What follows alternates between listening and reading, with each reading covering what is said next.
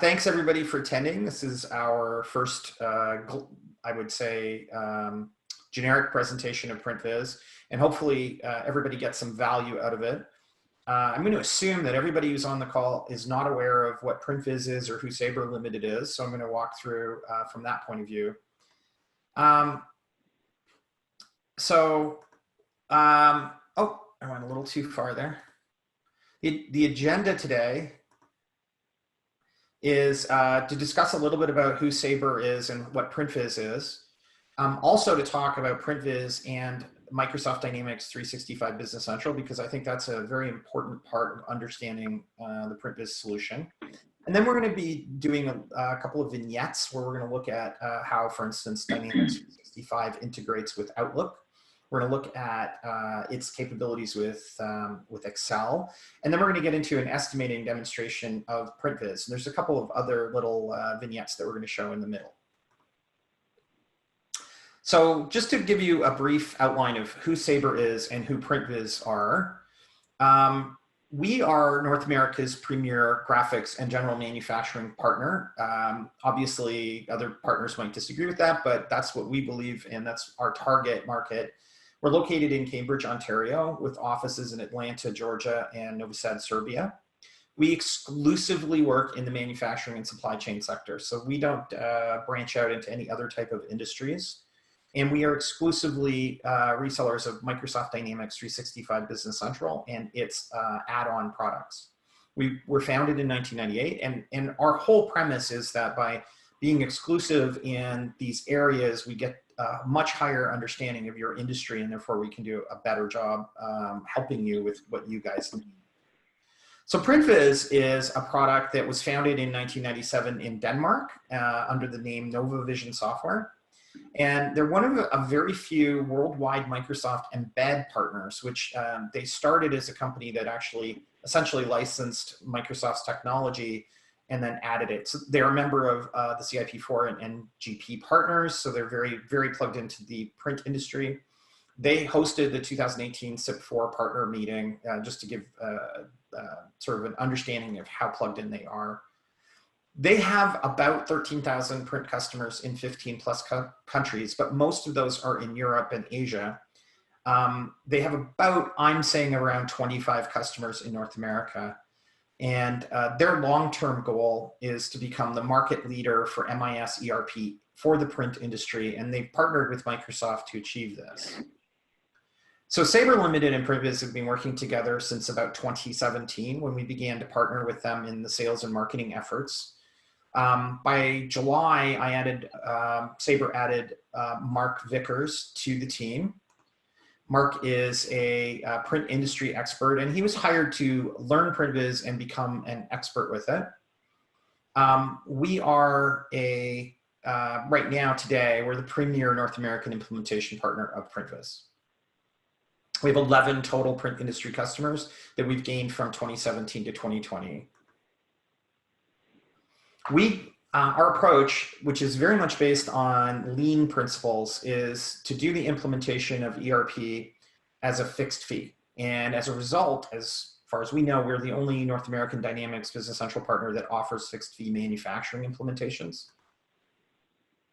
To achieve a fixed fee, all of our services are always delivered remotely. And there's some benefits to this. We save on travel costs for both the customer and for Sabre. We record all our training and we save that to the cloud, which gives the customer kind of a library of training materials. We can jump in and help more frequently than other partners because our staff are not tied up all day at different customer sites, which is one of the complaints, a very, very common complaint in ERP implementations. We keep the training process shorter. We give people time to absorb between sessions, and we keep the sessions to 2 to 3 hours maximum in order to allow that, because otherwise people become overwhelmed with what they're trying to learn. And that allows the staff at the customer to have more time to get their day-to-day work done. So on this call today are Mark Vickers. He's our graphic manufacturing consultant. And Mark, you can introduce yourself in a couple minutes, Mark, but as you can see, he has over 35 years of experience in the graphic arts trades.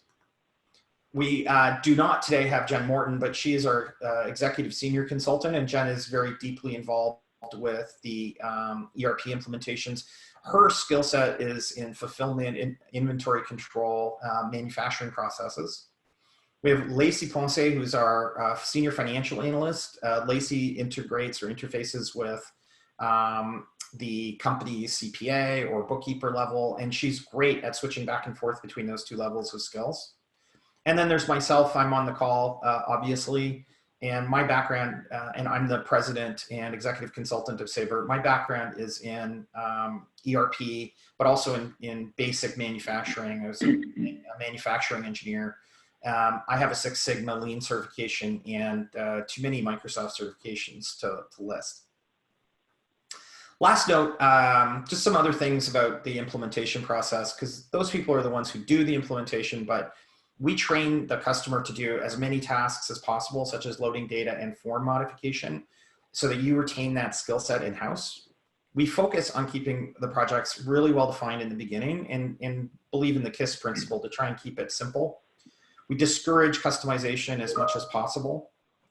We keep groups small in the beginning. This is something that we've always done, and that is part of how we are able to achieve more efficient project implementations, because we've always found that when the project team at the customer side is too large, that can actually create just as many problems as not being trained at all, because very large groups can sometimes cause more disruption than small groups, and that's part of what we do.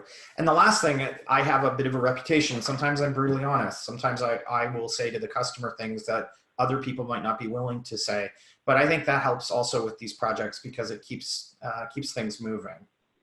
All right, about PrintVis and Business Central. So Business Central is a full, single, comprehensive solution for manufacturing, for supply chain, for financial, sales, service, operations, the entire business.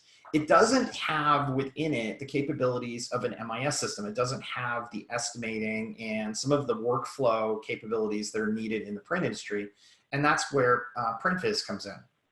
So Business Central is the underlying platform upon which the PrintVis system has been added.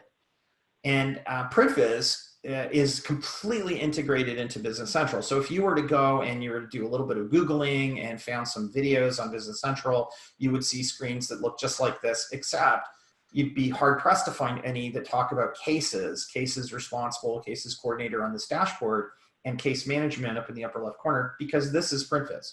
PrintVis is a module that's added into the core Business Central system, and it's completely integrated. So there's no distinction. If I'm bringing up a customer to sell to in PrintVis, I'm not going to a PrintVis list of customers. I'm going to the Business Central list of customers. And there's, I have a couple of different slides here of different role centers that are part of the PrintVis system. And these are just standard out of the box.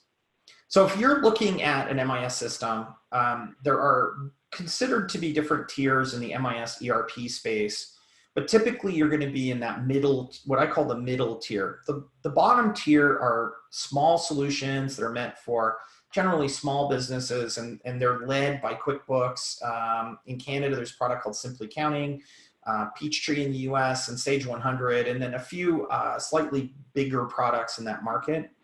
If you're looking at PrintVis, and the orange box are the names of some cloud solutions, but PrintVis Dynamics is really the only product in that cloud solution suite that is realistically an MIS solution for the print industry. And then in the blue box in the center is Monarch, Slingshot, Pace, and other products like that. Those products are generally not cloud solutions. Some of them have some cloud capability, but they're certainly not considered primary cloud solutions. And they sit also in that middle tier. So PrintVis is one of the very, very few products that exists that's cloud-based and inherently, intrinsically cloud-based and hosted by Microsoft, which is a really powerful and a great advantage to it. And then at the very top, if you've got a couple $1 million in your pocket, then you can go look at SAP and Oracle and other products in that market. But we don't find that clients are in that market. We're, the PrintVis is kind of in the high 5 figures, low 6 figures kind of price range would be typically where PrintVis implementations might come in. So now some demo, some introduction to both PrintVis and Business Central. The financial features. I'll talk a bit about the financial features. I'll let Mark take over in a couple of minutes, but the financial features of the system are really extensive, and I'm not going to try and demo all of these because there's just too many. But as you can see from this list, this is the menu of the financial capabilities in Business Central. You have your chart of accounts, you have the ability to put budgets, you have bank accounts, so you can do your bank reconciliations. You have receivables and payables. You can handle your invoicing. You handle your collections. There are add-ons for this product because Microsoft has this great area called App Source, which we'll talk about in a second, that you can add credit card processing, or you can add other capabilities. Payroll is one feature that does not come out of the box. Because PrintVis is sold in so many countries, they have to support payroll, or Microsoft would have to support payroll in all those countries. They've chosen not to do that. But if we look at the role centers within the system, I talked about this a little earlier. I showed a PrintVis role center. You have these role centers, which are basically dashboards that contain graphs and queues, which are kind of to-do lists. You can have little mini reports on them, like the trial balance that we just went past. And as you can see, you can also incorporate Power BI reports. So if you want to use Power BI, which is a great technology, you can do that. You could drill down. So in this chart, if I were to drill down into it, I'm going to be able to go into the customer card that was related to what that chart was talking about. And I can see different details about the customer. I can see things like what their current outstanding order balance is, or how many dollars of invoices they owe me, which allows the system to inherently do credit checks also while you're in the process of putting together quotes and making sales, which is a great feature because it's a fully integrated system. So as you're taking an order for a client, you're preparing a quote, you can check whether or not they're behind on collections. And this is a different role center for a different position within the business. I think this might be a project manager, I don't recall. Or maybe this is an order processor. So you can see on the dashboard that there's a bunch of things in the menu. So the menu is basically tied to the person's role. And that's one of the things Microsoft has done. So a lot of these dashboards are created by Microsoft, and some of them are created by PrintVis. But between the two companies, they're analyzing the use and how people are using the system. And as they detect that somebody is doing something more frequently, then they'll add that capability to the software. And finally, just a third quick look at a dashboard, and let's see how easy it is to enter a sales order, for instance. Now I'm going to put a sales order in here for just a regular kind of sold product as opposed to a printed product. But you can very quickly, if you have a list of products that you sell, you can quickly add it. It'll look up a price. So as soon as you put a price in, so if you have a fulfillment solution and you're stocking pre-printed materials, brochures, et cetera, that you're shipping out, you can really, really quickly fill in an order, pick your customer, and I'll put it back to normal size. But you have the capability of entering that order, and it's cloud-based, so it's automatically saving. You don't need to do backups all the time, et cetera. One of the amazing things about Microsoft is it's a full stack. They own the technology kind of from the top to bottom. So you have the capability of, from the system, actually being able to create orders and quotes, et cetera, right from an Outlook. Now, this also works with PrintVis. I'm not showing the PrintVis version here. I'm showing the more basic Microsoft version. And during our next presentation, we'll make sure that we have the PrintVis version of it. So as you can see, I'm in Outlook. I've opened up an email from somebody, and I've clicked on something called Contact Insights. And what it's automatically done is brought up by cross-referencing the email address of the person with the email in the database, in the PrintVis or Business Central database. It's brought up that customer. So now I can scroll up and down through that customer's account information, and I'm seeing the same information I saw on the other screen. Because this is a live connection, I'm seeing their open outstanding invoices. I can drill down and look at what those invoices are. I can go back and I can take a look at open sales orders. So if they've placed orders with me that I have yet to ship, I can take a look at those. You can see, I can see outstanding orders and other things here, but here's my ongoing sales orders, and I can drill down into those. And so I can bring up details about the sales order.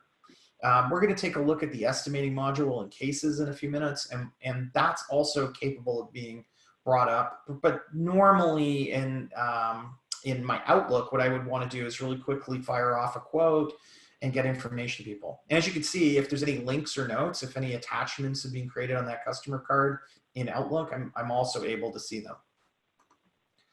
So I'm going to skip this part, and we're going to go to editing items in Excel. So this is a really powerful feature as well. And again, we're still not looking at any of the print capabilities. We're more looking at generic capabilities.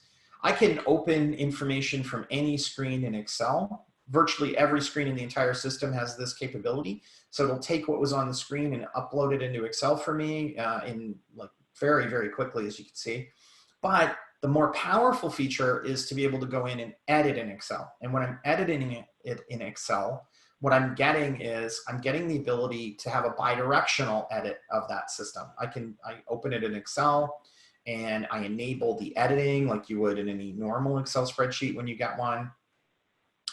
And when I've done that, if I've done this before, it's installed a plugin, which I have in my system, and that plugin now is interacting directly with the system. So it's going to pull down the data. You can see it saying it's refreshing the data in the bottom right corner of my Excel. And what it's done now is it's brought all the item data. So let's just imagine that what we want to do is we want to do a increase in price of just a 5% across the board increase in price. Now this is really hard to do in a lot of other systems. And it may be I want to change descriptions. It may be I get a new price catalog from a vendor where they've given new prices for their different weights of paper, and I want to put in the new M weights. Whatever it happens to be that I want to put in this new pricing for, I can go through, and here's my unit price. So this is a sell price for something, but I'm going to copy this and I'm going to put it into a new spreadsheet, a new tab on my spreadsheet, and I'll paste that with a Control V. And then what I'm going to do is I'm going to add a formula here to multiply the price as it is times 1.05. And there you go. So I'll copy that formula down, just regular Excel. And I'll copy, Control C, copy that data into my clipboard. And I'll go over here and I'm going to click here and I'm going to paste the values. So I've overwritten now the unit price number that was in there before, and I click publish. So while it's publishing, what it's doing is it's going through each of those item cards, the item master card, checking to see if I'm allowed to update the unit price in it. If I'm allowed to, it's going to update it. Now you'll notice that there are 3 errors. That's because there were 3 parts. I know what they are because I loaded them up and I kind of messed it up earlier. There are 3 parts that got loaded into the system that it's not going to accept a unit price updating, and that's fine. So if I scroll over and take a look at the unit price now that's here, this is still the old prices. And no, I didn't mean to do that, sorry. I'll hit F5 on my keyboard to refresh the page, and lo and behold, now all the prices got updated automatically. Nobody had to go in, order item by item by item to update that. And that can save a ton of time for your estimators, for your purchasing department if you have a purchase department, but you can use this to increase pricing of materials. You can use it to increase costs. You can, whatever it happens to be that you are putting a price or a cost to. There's a supplemental feature that's available with this solution. Business Central is the ERP side. It's the accounting inventory control. Dynamics 365 Sales Professional is Microsoft's version of Salesforce, and it's very powerful. So if you have Office 365, you can go in and if you haven't subscribed to it, you can subscribe. You can sync to find if there's a missing app. But I have a Sales Professional trial here, so I'm just going to go into my trial of Sales Professional. And what it is, Sales Professional is really a very lightweight version of a Salesforce-like CRM. Very affordable if purchased with the Business Central product and PrintVis. Lots of dashboards out of the box for the system, and very, very easy to add your own. As you can see, I have opportunities and leads and activities. All your basic CRM capabilities are in here, and they do integrate directly into PrintVis as well. So you have an example of an opportunity, you have a business process flow of the steps to complete it. And as you can see, if I look at the different dashboards that are in the system, there's some really great graphs. As a matter of fact, there's so many of these graphs and charts in the system, it's almost hard to choose from them sometimes when you create a dashboard, but I'll show you that in a second. And there are, and as you can see, I have the 3 different dashboards here. Some of them have just lists of information on them, and I have the ability to sort and filter and create new activities, etc. And I have all of this other graph information mixed in. It's a very, very capable system. If you look along the left-hand side, you'll also see all the different modules that are available in the CRM system. So you have your accounts and contacts, your leads and opportunities, quotes, orders, and invoices, all of which integrate back and forth between the Business Central PrintVis system and the CRM. So I'm just going to skip a couple of things here, and I'm going to leave this now, turn it over to you, Mark, because we're going to get into PrintVis. All right. Thanks, Rob. Yeah, so what we're going to take a look at is because, and keep in mind that all of the features that Rob went through on Business Central are also included because it's all one package, as we've been talking about.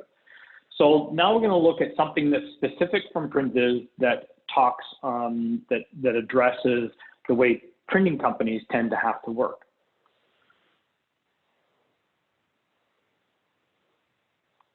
So here we are at the Role Center again. Again, same one you saw with Rob. I've got a little bit more on mine. But what we're going to do is we're just going to jump ahead and create a case. So I can just pick from one of these menus. I'm just going to open it up. I can customize the menus however I want. But now that I'm in a case, I can just start typing to search for my customer. And so if I just take my cursor in here and I just start to type, I can check from the list, but I can just start typing and it'll auto filter down to what I'm typing. So it's kind of handy that way.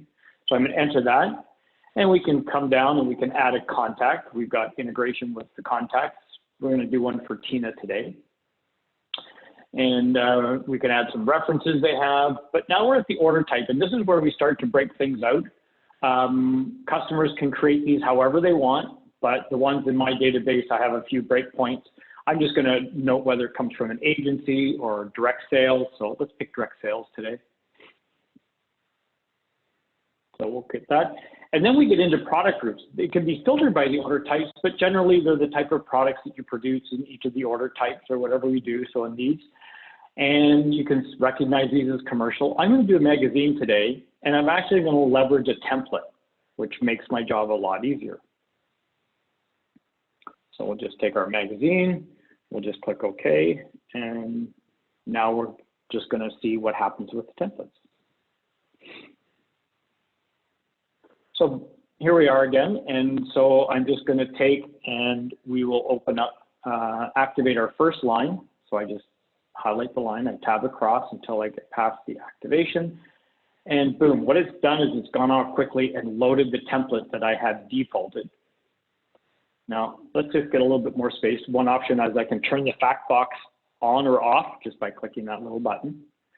And so now I get a little bit more real estate to play with. So my template came with quantities and pages. I'm going to do a standard book. And so now what I can do is I can just tab over and I can change any of the values. So you don't have to have a template for every single condition that you do. This makes it very powerful. So we're going to change this to 5,000. We'll make it 44 pages. My size is good, standard size 8.5, 11. Let's change it to a 5-color job from a 4-color job. Okay. So now that we've got that done, the next thing is, because on the definition of we have a book is a good example where I'm going to produce 5,000 books here, but there is a cover and there's insides. There might also be, some jobs might have some extra inserts, some specialty pieces that go with it. So we now have to define all the components that go into the job, and PrintVis calls these job items. So back to my screen here. So from my screen, I'm just going to go in and select the job card. from the job card, you can see because of my template, it's already populated all of my components, and it's got some intelligence to that. It knows that I can only get 16 pages. So from here, it's going to break down a 32, an 8-page, a 4-page, and my cover, because I've defined this template as a plus cover. I could have done this from scratch. It's quite easy. It's not a difficult thing, but the template makes it a lot faster and easier. I could change stocks from here if I want to. I could change the press it runs on. But these are some common house stocks and some standard presses that I'm using. So let's speed it up and we get all these things loaded for me. Okay.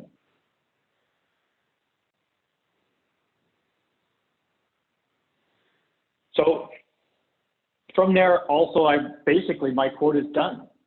And this is a page that allows me to play. I do this on a separate demo, but I can go in and edit profit levels and margins and things like that. If I have permissions, it's full of permissions, and the super users control who has permission to what, but it allows me to adjust the quote versus my actual estimate. So the next thing we're going to do is, so now that I've said my quote's done, I could send it off, because as I've done this, I kind of know what my template does, but as an estimator, I'm probably going to want to double check a few things, make sure I've got it covered off. And we'll look at this page also so that we can see where exactly did all this information come from to provide my price. So in what this is populating with all these things I've done and with my template, we're just going to go into the estimated page. And this shows all the production steps involved in producing the book. I've got some admin, I've got desktop publishing, proofing, plates being made, presses being run. And yeah, so I'm just going to, again, a little bit more space so you can see all the values that are being calculated. So there's my plates. And all the way through some lamination, some folding, and finally saddle stitching and shipping. So with each of these processes, they have some values. And you can see it's got my total time, which can be pushed into production for scheduling. And there's the sell prices for each production step. And beside that, I can see some cost prices. So it allows me to do some evaluation. You know, do I want to tighten up a little places? Do I want to add a little bit more because I know this customer could be difficult? And I could adjust those in each of the areas. But now what we want to do is to also take a look at when I select a specific line, you can see the bottom table changes and I get some very specific details. These are handy for a full estimator. They can see all the breakdown of how we want to quote it. They can see we've got formulas leveraged to calculate values for us. It knows there's 5 plates in this cover form, and it takes the 5 plates. It has a speed rating that says I can do 5 plates in an hour, and it will come across and calculate that it needs 1 hour. And if I just scroll across, I can see there's my hourly cost rate and my marked up sell price rate to come up with my value of $189 just to do the make ready on the press. Okay, and then below that, we'll take a look in a minute. Let's go down and we're going to do the run. So we've got our printing line, which knows how many impressions I have to do, because we're going to print this 2 sides, 6,482. And we're using speed tables, which are, again, a powerful tool, allows us to create all kinds of parameters and conditions to calculate what our speed should be. With that number of hours, again, we extrapolate that to the unit pricing and the hourly, the total price, and all of these sum up and add together to be our value that we see up above. And I could have changed any of those values in there manually, and it would automatically recalculate. So once we've done this, the other thing that's kind of handy for an estimator to see is from what we call a specifications page. And that has a little bit more of, you know, being able to understand and see what are some of the specific values that we have in each of the press forms that we're running. So I'm back on, as I left off, here we are with our job item line. And from here, I can go up to the top menus. And, oh, I think I went from, my apologies, wrong slide.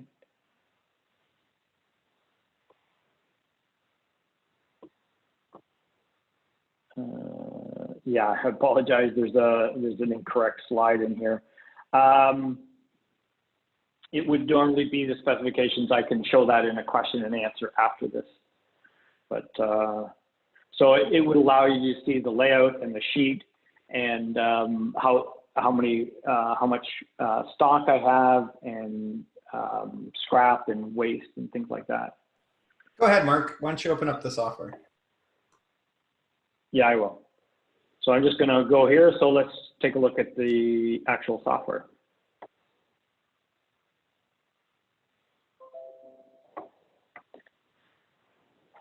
So on here, I can go back into search for my cases.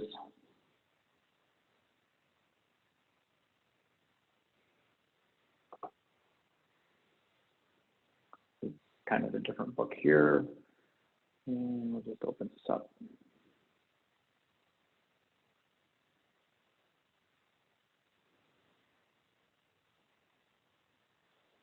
And I can actually go to my specifications from a couple of different spots, which makes it easy. You don't have to keep navigating in different places to get there, but it's the same function and it's opening up.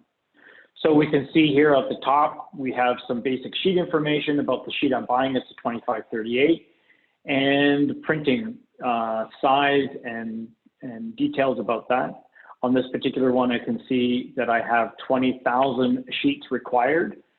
And because of all the processes, it's actually looking at each step in production, utilizing a scrap table I can customize or develop myself as a user, and have it add in every extra step of scrap that's needed for each of the following subsequent processes. And from there, we get a total amount of 22,827 sheets. And then down here, I can see a little bit of what the graphic look of the layout would be. So a picture's worth 1,000 words. As an estimator, I look and see, yep, that's exactly what I expect to see, so I'm good to go. And I got some other parameters here that I can adjust. My gripper edge, my side poles, the color bars at the back of the sheet, all those kind of things are completely editable within each individual job or left as a standard default setting. And that was what I had planned on showing today.